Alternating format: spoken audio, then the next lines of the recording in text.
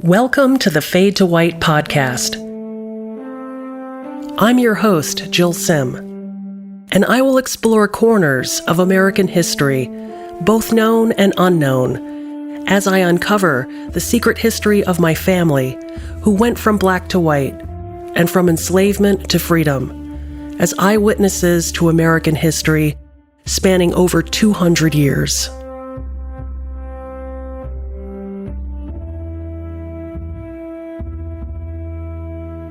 In Season 1, we begin in the modern age, the discovery following my grandmother Ellen's death of my family's African-American history. The discovery of being the great-granddaughter of Anita Hemings, considered the first black graduate of elite women's college, Vassar, and the discovery that my family passed for white throughout the 20th century. Please join me on this personal journey of discovery into American class, race, and gender history. And thank you for listening. It was June 18, 1994. I was living in Brooklyn. Al, my husband of 2 years, was recovering from an 80-hour work week at Tower 1 of the World Trade Center. I was tired from caring for our baby son Harrison in a heat wave. We were sitting in our darkened living room, half watching the depressing breaking news cycle on football legend O.J. Simpson, who had apparently killed his wife and a waiter named Ron Goldman in Los Angeles. I was thinking about my grandmother, Ellen, worrying about her getting through the heat at the well-worn Wellington Hotel in Midtown Manhattan, where she had lived since 1976. I went into the bedroom and dialed the hotel and asked the receptionist for room 39. I waited through too many rings. I hung up, waited for a few moments, redialed. Still no answer. I redialed and asked for the hotel manager. He said he'd check on her. Waited. An hour later, a police officer called me from Grandma's room. "You the granddaughter?" she asked. She informed in an unconcerned, flat voice my grandma had died from a fall in her bathroom. I heard some cops laughing in the background and imagined Ellen on the floor, half in, half out, as the lady cop indifferently described my grandmother's body position. My father flew into the city and we worked together to make arrangements to handle probate issues. Grandma had about $30 in her bank account, and I had 24 hours to clean out room 39. Dad had to fly home. Al had to work. I carried Harrison in his backpack to the hotel. It took everything in me to avoid looking at the blood stain on the carpet, the evidence that Grandma Ellen was gone. I still couldn't believe, and buried all feeling as I attempted to methodically clean and sort through Grandma's things.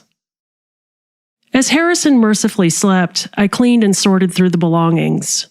There were a few clothes all hanging in the closet, all threadbare. She had a sad brown fur jacket with bald spots that failed to resurrect the memory of my grandfather Charles' days working on hit Broadway shows. He bought her that coat before running off with the ballet dancer who would become his second wife. I would not take it. I did take things that were portable and also meaningful to her. A crucifix that had belonged to her mother, and a bronze dancing rabbit Ellen dubbed Striplet, which she purchased in 1923 as a freshman from the Vassar College gift shop. The cross symbolized the family's unwavering belief in Jesus Christ, while the bunny was the reminder to find the joy even in the hardest of times. I looked under her bed and noticed a zippered plastic sleeve. I unzipped it, and inside were flat manila envelopes that looked to contain documents and photos. I stashed that in Harrison's backpack. I was considering Ellen's lowboy, the only piece of family furniture that had been passed down through the generations, when Harrison woke up. But of the lowboy, Grandma had said, "You'll get this when I'm gone." And now I had to turn to the urgent business of infant care. How to move it? I couldn't, not with Harrison along. I would have to arrange to move it, but the clock to vacate premises was ticking fast. I returned to Brooklyn and called my father. He told me my great-aunt Barbara, Ellen's sister, was on her way to the hotel to do her own sweep of the room and that she would handle the lowboy. I could pick it up at her apartment at some point later on. Much to my relief. Family to the rescue. I barely remember the simple service at Grandma's church, the Church of the Epiphany, 1st Avenue and East 74th Street, where I had been baptized. My father read aloud a poem by my grandfather Charles, Ellen's ex-husband of 40 years. I submitted the 23rd Psalm, Grandma's favorite, which was also read. I recall a little song sparrow made an appearance in the church courtyard and sang loudly and gaily, and this was mysterious. I wanted to believe it was Ellen coming to comfort us and telling us she was happy and free. Ellen Love was buried alongside her parents, Dr. Andrew Jackson Love and Anita Hemmings, in a non-sectarian cemetery in Westchester County. Another small and intimate service. Just one cousin came, a son of Ellen and Barbara's brother Andy, who had died in Florida in 1982. Sister Barbara was a no-show, but then she was often absent for family events. At the funeral, I was reminded how tiny and fractured our family was, like being on the verge of extinction. The weeks after the funeral were a blur. Approaching fall, a friend of Ellen's phoned me. Jean lived a few blocks away from my grandmother, and she picked up and dropped off library books for her. She also conducted genealogical searches and offered to perform a search. Jean was always met with a flat refusal until recently, just before Grandma's death. Jean blurted out, "Oh, I've killed your grandmother. I feel so awful. I just feel awful." At a loss for consoling words, because I was still trying to console myself, I faltered. There was nothing anyone could have done. She lived alone. It was an accident. But Jean insisted she was to blame. I did some research into your grandmother's family, and the results did not sit well with her at all. What were the results? I'm sorry. I promised her I wouldn't tell her family. Jean kept insisting she was in some way to blame for my grandmother's death. I kept reassuring her she wasn't. At the end of the conversation, Jean said, "Now, if I tell your mother what I found, she can then decide whether or not she should tell you. And in this way, I haven't broken my promise to Ellen." In other words, revealing the big family secret to my mother, who wasn't Ellen's blood relative, Jean could still honor the promise to keep Grandma's secret safe from blood relatives. I wondered what sort of skeleton could be so bad that Jean felt she had killed Ellen by voicing it, and secondly felt compelled to establish an imaginative loophole in order to unburden herself of it. 2 weeks later, my mother called me, animated. She just returned from a lunch with Jean, and she had learned the secret. I waited. "Your grandmother's grandfather was a black man," she said. Oh. I felt defensive and protective, and a cold dread seeped in, for carefully guarded secrets tended to contain their sorrows. While there was also a feeling that I knew this already, that I had been waiting for this particular revelation to be spoken aloud all my life, rather than hinted at. And this was 30 years ago, and then as now, I tried to think about the full implications of having black ancestors while growing up super white. What it all meant, and did it even matter? I have to reveal something about myself and my background because this story is about my family, and I'm the captain of this ship. I don't care to look backwards. That time is over and done, and my views are skewed when it comes to picking over the bones of my childhood, so I will keep my autobiography to general themes of race and class as they relate to my family structure and formative experience. This is what I recall in part. The Manhattan of my childhood in the 1970s was the place and time for the 60s hangover. I remember smelling a lot of weed and patchouli oil and hearing Steve Miller and beautiful disco music played over boom boxes and being scared of Doberman pinschers, the attack dogs du jour, and sidestepping lots of dog shit and broken glass everywhere. The neighborhoods I grew up in starred a true mosaic of all colors and classes, though even back then it was barely affordable for a middle-class family. I grew up first in the Murray Hill or Kips Bay section of the Lower East Side, and then on the Upper West Side of Manhattan until I was 19 years old. My generation, X, was fed a diet of the Watergate hearings on TV, Mr. Rogers, and Sesame Street. And me and my city kind were steeped in a Sesame Street multiculture and assumed that it was on Sesame Street where everyone else in America grew up too, and the sense that things really would flourish once we were rid of the bad man president, Richard Nixon. After the Summer of Sam murders, 1977, which drove a general fear and paranoia in the tri-state area, I attended public school, or PS9 elementary, with poor kids of color and white kids being the minority there. I was a visible representative of whitey whiteness, with chestnut hair, gray-blue eyes, and noticeable blue veins under pale skin. My pals were Asian, Jewish, African-American, Hispanic from Puerto Rico, and from the Dominican Republic. I learned to code switch at PS9, learned to put on the veneer of a tough girl, decking the air with my hands, cracking my gum, ludicrously sporting a hairbrush in a back jeans pocket in imitation of tougher girls and boys who carried pick combs in the same way. I was the only girl and only white girl on a team of black and Hispanic boys who played a dangerous version of dodgeball using a basketball. We called the game burn ball. And Boo Boo, who had such an arm that the basketball felt like it was shot from a cannon when it hit, broke my finger and ended my short career. I turned to playing the safer Skelly's game with them, which required vandalizing school property, turning a classroom chair upside down when no one was looking, prying loose the metal glide at each leg, melting and filling the glide with candle wax, and then flicking the guides within a chalk square with numbered areas for scoring points. After school, I stood on a corner with girlfriends, swigging good-o champagne cola and devouring salty plantain chips from the Victoria Bodega on Amsterdam Avenue and 83rd Street. Home on West End Avenue was a rambling apartment in a crumbling pre-war building on 83rd. To the strains of classical music in the evenings, especially Max Bruch's Scottish fantasy, which my very classy stepfather, Richard F. Snow, seemed to play on heavy rotation in those years, I tried out my underfunded public school persona on him, chopping the air, cracking the gum, producing the bad grammar. Richard, who then as now is a well-respected writer and my early tutor in American history, informed me that I had somehow miraculously turned into white trash since the last time he saw me at breakfast. I had no culture, except 1970s, 1980s New York City latchkey child of divorce culture, a liminal state. Exposed to poor kids on the one hand, and then to rich white kids in my after-school dance classes at the New York City School of Ballet around the corner from our apartment on Broadway.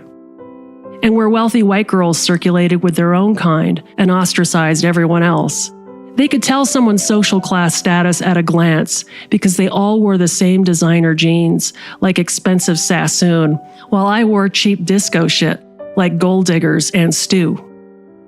They wore the Adidas and Tretorn's tennis sneakers. I wore John Havlicek's, sneakers named after a forgotten basketball player of the early 70s, which were $4.99 at Woolworth's. The shoes boldly advertised that they weren't Adidas by boasting the odious fourth stripe and not the coveted 3. Shoes were really important to me, and mine mortified me. I hated them. And I begged and cried and threw those shoes out the living room window onto West End Avenue until my mother softened and bought me a pair of sky blue and white Adidas Orions. I was so happy I slept with the box. The wealthy girls in ballet class all seemed to be skinny and blonde, and they attended the elite Brearley, Spence, and Dalton private schools. I would listen resentfully to their carefree chatter in the locker room as they made escape plans from our city to country homes and islands. One of the islands they mentioned was called Martha's Vineyard, which sounded unbearably precious. I imagined the skinny snoots carrying heaving baskets of fresh-picked blueberries and gambling on grand estate lawns before a pristine version of our polluted Atlantic Ocean. In 1981, when I was 12 and had been smoking cigarettes for a little over a year, stepfather Richard gifted me the publication The Preppy Handbook, which covered elite white culture that belonged to the snoots and was ostensibly supposed to be my birthright too. For as it turned out, I was a white Anglo-Saxon Protestant as well, or a WASP. The rules for preppydom inspired yearning and revulsion in equal measure, kind of like Martha's Vineyard. Where it turned out was an escape hatch for my grandmother, too, when the family was doing better. but those days were long gone. For about 5 seconds, I harbored an obsession for Oxford shirts in pastel colors, Ouijan penny loafers, and horses. But I never had the money to be a prep, nor befriend one. Preps I encountered, while many were taught impeccable manners and taught to be gracious to the lowly, while others perfected the art of high snobbery, shrewdly wasted zero energy in investing in close friendships with kids like me. Kids who could not reciprocate. I had no country house nor island escape to offer them, nor designer clothing, nor did I know anyone of any importance to them. I had some cigarettes and an offensive joke routine to offer. To friends of color, in retrospect, I imagine I was both the corny wasp who danced ballet and a culture tourist, though we didn't have that term in the lexicon at the time. I remained on the outside of their worlds, too. They might think I was all right sometimes, but I belonged to an entitled and tone-deaf people, and as such there was an inevitable undercurrent of distrust, as if I could turn into a white asshole at any time. And maybe I did. I was a wasp, after all. A type who began to retreat into the shadows following an anti-wasp backlash of the anti-establishment 1960s, and continuing on to that last-ditch effort to maintain a culturally relevant presence in America by way of the preppy movement. This was during the conservative revolution led by President Ronald Reagan, who wanted to restore the face of America to an idealized 1950s utopia.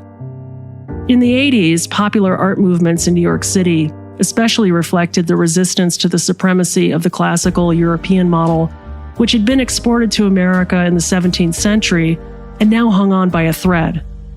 The end of the Cold War period linked the world's economies, which led to many waves of mass migrations of many non-white peoples of the world who were fast altering American culture, much to the displeasure of the Reagan Revolution crowd. Old guard wasps became resented symbols of historic economic domination rooted in colonialism, imperialism, racism, ethnocentrism, and classism. All the worst isms. And white people like me were disappearing to the relief of the multicultural America. Motivated by dread of our coming extinction, which later became the underpinnings of replacement theory, was exactly why the Preppy Handbook was produced during those Reagan Revolution years. A parody of the WASP, yes, but one which served to remind everyone that WASP lives still mattered. Even if I was unaware of this cultural shift as it was unfolding, I did have an understanding that in that city, in that time, where I often found myself part of a minority group of white kids in a larger pool of kids of color, acting on one's whiteness was uncool.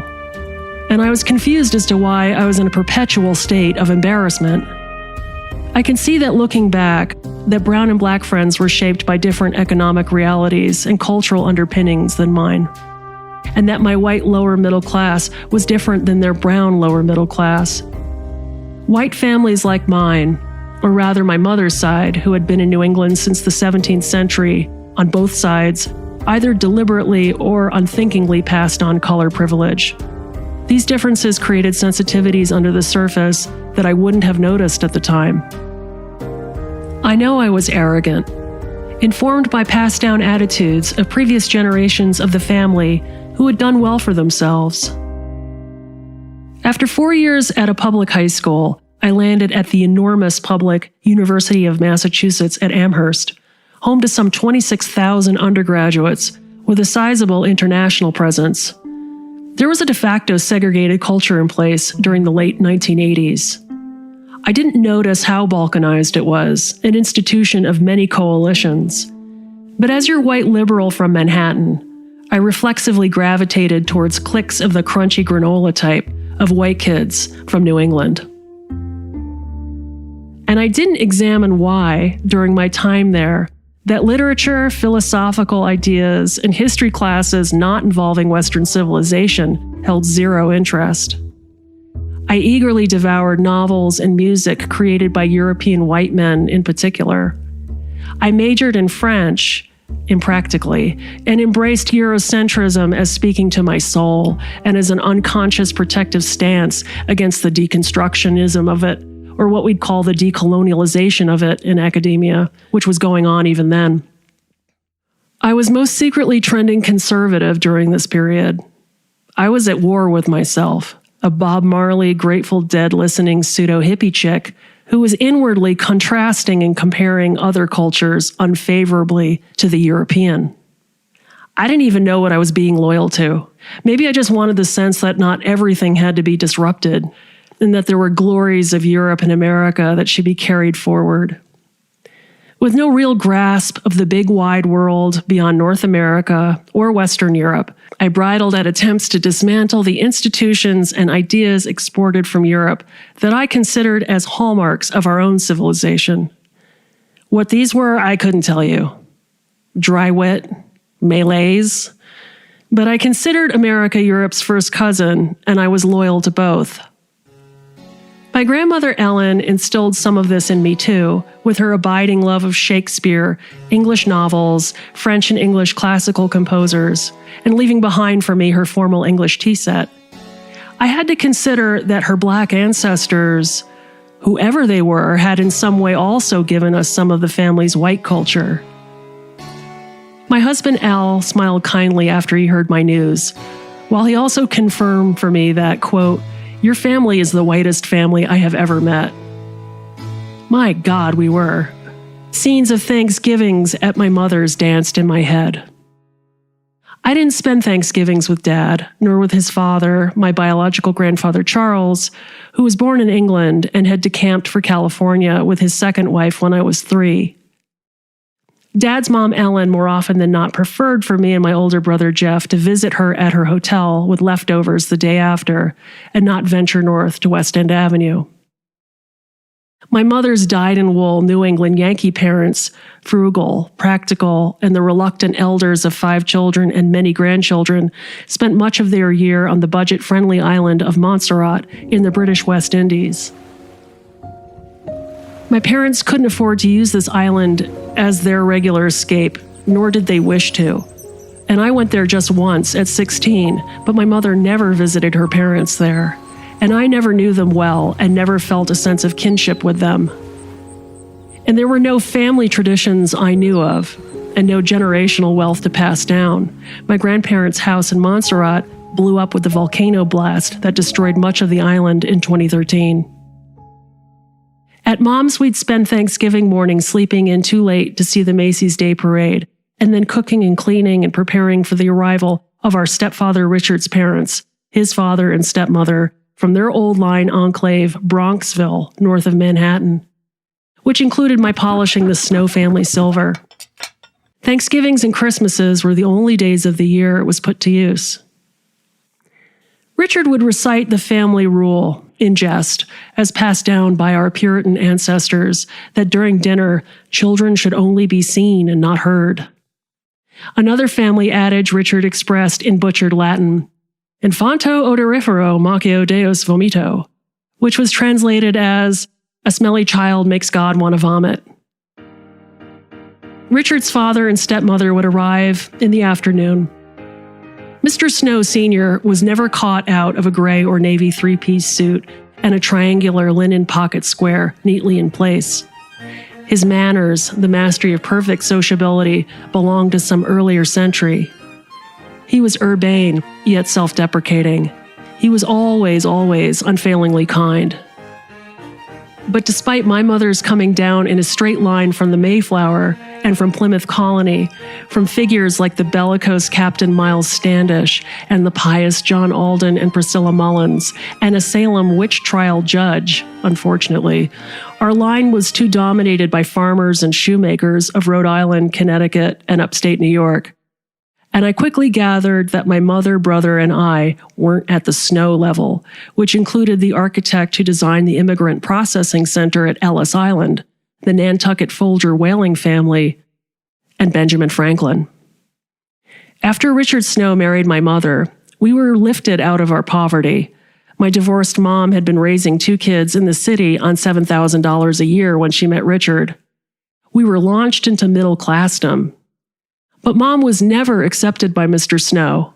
She was a divorcee, and worse, a single mom. And I was informed many years later that Richard's father had wanted someone more suitable for his only child. And as a subtle act of protest against the relationship, as my mother revealed to me, Mr. Snow didn't want to learn my brother's name or mine. He learned our names only after Richard's stepmother commanded him to. Mr. Snow did not belong to me, nor I to him. On Thanksgiving, I would watch from my sofa perch in the living room as Mr. Snow entered, offering up the annual cheese ball rolled in walnuts and a summer sausage that managed to be equally greasy and desiccated, both to be served always and forever with Carr's table water crackers. After a wee bit of ball and some scotch and soda, Mr. Snow was coaxed into our scruffy dining room. He sat at the head of table. Richard's stepmother was seated to his left. Mr. Snow's stepdaughter, a late arrival from New Jersey, was seated to his right. Brother Jeff and I were seated at the tail end of the table in improvised Sunday best, starving and squirming under Mr. Snow's founding father-like gaze. He had an amazing face, with a prominent brow ridge and nose that looked to have been carved from alabaster. He was extraordinarily intelligent, and I listened to the wordplay as he and his son discussed books and history and affectionately insulted one another with a sense of wonder. I often felt like the orphan, exposed, yes, but on the edge of that world, never entering. And there was a joylessness given by the obligatory nature of this tradition. I became aware that day that blood family traditions had gone lost or missing. And for me personally, there was a palpable absence of warmth and easy intimacy I wanted. And far too little music. The classical music that came courtesy the stereo was paused during dinner, for it is considered uncouth to have music on as one dines.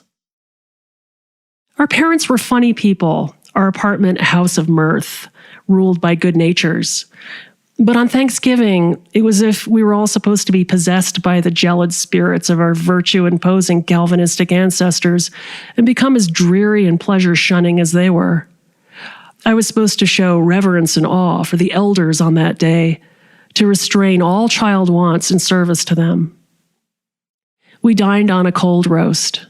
A shame, because my mother was such an excellent cook and her food delicious, but we had waited too long to eat. And the kids, seen but not heard, were served last, and the food was like the atmosphere, a bit chilly. Our family Thanksgiving seemed to be confirmation of white people culture that non-white people imagine. And this is unfair. These recollections are built from the compulsion to resolve a childhood spent navigating many complexities of a defective blended family, and from a constant feeling of being deracinated, and also never up to snuff. My thoughts strayed to this mysterious black side, and I recalled a gathering of Grandma Ellen's family after my mom and father's divorce. Christmas, 1974, at my Uncle Andy's house in Scarsdale, New York. And you couldn't get more white than Scarsdale. I believe the golf club was still excluding Jewish and black members at that time. Scent of L'air du Temps in the air as my beautiful Grandma Ellen embraced me, her scarlet lipstick staining my cheek. Her sister Barbara Love, a tiny bird woman, was late as usual. And the Love family always used to joke that because the invitation was for that day, Barbara would probably turn up sometime next week. Their brother Andy Love, our host, rolled up with his upright bass, embracing the biggest violin in all the world. Uncle Andy was a giant, with a bald pate and an easy jolliness that vibrated through a big belly. His eyeglasses reflected Christmas lights as one hand traveled the length of the neck and the other plucked strings around the bridge. He arranged harmonies. Now you sing this part. Efficient, effortless, making everyone howl with laughter with running commentary. His voice like his bass, low and booming. In the 1950s and 60s, you heard Andy's deep voice on Pepsi and Mr. Clean radio jingles, and you spotted him towering over other singers on the schmaltzy sing-along television show run by bandleader Mitch Miller. My father was crying with laughter, and his wandering cigarette singed the sleeve of my Christmas dress, a brand new turquoise polyester colonial dame frock. Andy's wife, his second, was a petite brunette named Dot, a professional singer too, whose beautiful and lush backing vocals can be heard on the Tommy Edwards 1958 hit ballad, It's All in the Game. Dot swooped in to the rescue, immediately producing and sewing on a monarch butterfly patch over the burnt fabric, and then added a matching one to the other side. My gown improved by magic butterflies, Grandma Ellen and Aunt Dot sang, bending and weaving notes. Andy and Dot's only son played along on guitar, as did my dad on his guitar. After Andy Love died, I no longer spent holidays with the Loves. As a teenager, I had wondered where the family's musical abilities came from. My grandmother told me our family music traditions were passed down from a Virginian named Jesse Scott. He was the head of a famous fiddling family who had once upon a time traveled all over Virginia. Our family inherited the love and gift of music from him.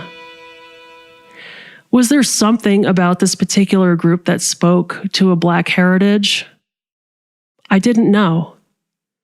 And I didn't want to revert to stereotypes either, like, oh, their Blackness comes from an artistic, soulful, musically inclined side, or that it explained why I perceived that I was of a lower class than the Snows. Because the Loves were not low class. They were high class. Higher class than me. But there was something unusual and special about them that distinguished them from any other white people I had met. In the rearview mirror, when I learned Ellen's family had Black ancestry, I decided to idealize them based on those fleeting moments spent with them. But I didn't know the Loves. I decided that my memories of my father's mother's family, with their considerable artistic talents, absurd sense of humor, aligned with family values I would want for my own. And there's nothing wrong with that. It's a natural impulse to believe that the absent tribe was where I belonged, and they belonged to me. In 1995, a year after my grandmother Ellen died, months after I learned of the anonymous Black great-great-grandfather in the family line, Al and I left Brooklyn and hightailed it out west. Change of scenery, change of perspective. I was trying to adjust to some recent family developments after my mother divorced Richard and married for the third time and conjoined us to a brand new mob of strangers. My new stepfather was lovely. That was lucky. But he entered my life when I was already an adult, and his family were understandably uninvolved in my life. I turned my focus to the tiny band I was nurturing. And while Al, Baby Harrison, and I wandered the desert near our rental house, trailing after jackrabbits and coyotes, I often thought about my Black great-great-grandfather. His last name was Hemmings, which was my grandmother's mother's maiden name. But what was his first name? Ellen's friend Jean had forgotten, and she opted not to send me the records she had found on him to honor the promise to Ellen to stay mum. But my mother supplied that she recalled that Grandma's family lived in Boston, Massachusetts. I gave my ancestor purple-brown skin and a soft beard and sad dark eyes. After a year and a half, we returned east for a job. I knew I needed to start a serious search for family, and I felt an urgency about the quest I've never felt about anything else in my life. I wondered if reclaiming lost family would give me the rootedness I didn't have with all the fracturing that went on while I was growing up. A way of stitching back together a family. I wanted Harrison and any future children to know where they came from, because I did not know. After researching places, Al and I settled on Cape Cod, a peninsula shaped like a flexed arm south of Boston. Cape Cod off that blue Atlantic I had fantasized about as a kid, and the landing spot of my mother's Mayflower forebears, and near Boston where grandmother Ellen was born, and where I hope to find more information on Ellen's family. Cape Cod being the former setting of a summer camp during the 1920s, Camp Quonset, where Grandma and her sister Barbara went every year before heading out to the precious-sounding island, Martha's Vineyard. Cape Cod was where Ellen, in her acting days, and my actor grandfather Charles Atkin performed at the Dennis Playhouse during the 1930s. They performed in the play She Stoops to Conquer and fell in love on stage. And another reason, in 1996, Cape Cod was affordable to live year-round, more so than Boston. I found us a furnished 4-bedroom house haunted by a ghost cat for $500 a month in the quiet and picturesque settlement Bass River, close to the Pilgrim's Landing site, where my mother's ancestors sheltered upon arrival from England 4 centuries earlier. And it was in these quarters that I started surfing the World Wide Web in search of the family.